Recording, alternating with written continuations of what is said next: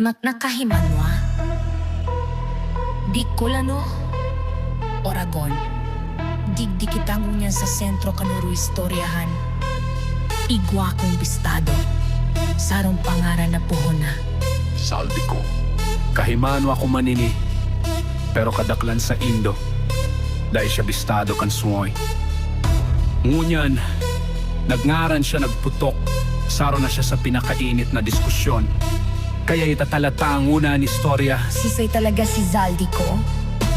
Tano ta biglang nagluwas ng pangaran, hilingon taan sayang ginikanan, para maaraman kan gabos. Let's go! Yeah. Sa syudad kan Legazpi siya namondag, albay ang lugar, ang magurang niya mga tawang ordinaryo. Bakonin para hade-hade, sinda ko pungwan na sinsinena ang nagpakusog, nagpamato. Ang kabuhayan ninda, sarusan ng sadet na negosyo, may tindahan sa sentro. Kan elementarya, nag-adal sa St. Agnes Academy na mahigos high school. Sa Ateneo, dinaga siya nag-ukod, nagtaas sa Nisip College, nagpadago sa University of the Philippines sa Manila. Kinuha niya business management para maging listo sa negosyo. May paninindigan, matibay, listo saro siyang estudyante, pinagkakaraman. Nag-uli sa Bicol, anisig niya dahil paman sa politika nagduman. Yeah.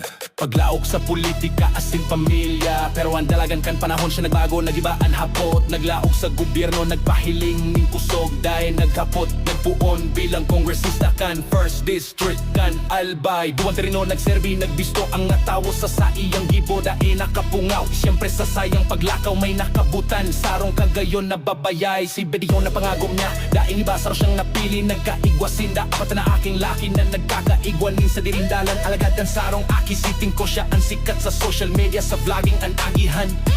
Nagluwas sa TV, ang pangaran niya saraw sa mga nami-midbit. Yeah. Nagluwas sa TV, ang pangaran niya saraw sa mga nami-midbit. Yeah. Nami-midbit. Yeah. Pangaran niya saraw sa mga nami-midbit. Yeah. Yeah. Yeah. Yeah. Yeah. Nami-midbit. Yeah. Yeah. Yeah. Yeah. Nami-midbit. Ngunyan, tano ta biglang nga pangaran niya unsa gabus na labi. Tano ta si Zaldico ang pig-urulayan, mayong makalingaw. Ulitang ngunyan siya ang gobernador kan Albay, sikat na sikat ang sayang pwesto. Alagad day ining arason igwang mas ulang uro istoryahan, saro ining isyu na nag-aagrestro. Nagputok ang pangaran, hulikan People's Initiative na pinag-uulayan. Siya ang pigtutok do na saro sa mga nagdulod, ang sayang kamot ang nagpuon, nakaintra sa mga debate manungod sa tsa-tsa. Nagingalo ang pangaran niya, nagtindog sa tahaw kan debate. Pilipinas ang nasasakupan, ngunya niyaon siya sa Bicol, nagtatrabaho, nakasagutan sa mainit na politika. Saro siyang key figure sa diskusyon, ang sayang posisyon malinaw daing iba. Sisay de kahimanwa niya to ang pangaran ng garan. Sanguyan na panahon, siya ang big-ulayan. Kaya kamo, oh, mga tunggang ko, mga Oragon na Bicolano, makihapot kamo sa engkamo, oh, maniniwala, usap-usapan mo niyan. Zaldico ba na nagtutulod kan People's Initiative? O ki Presidente BBM na ansayang panindugan iba? Mag-isip kamo, magtimbang-timbang kamo.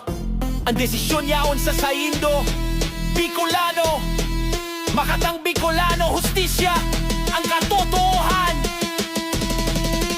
Naming dibdib, naming dibdib,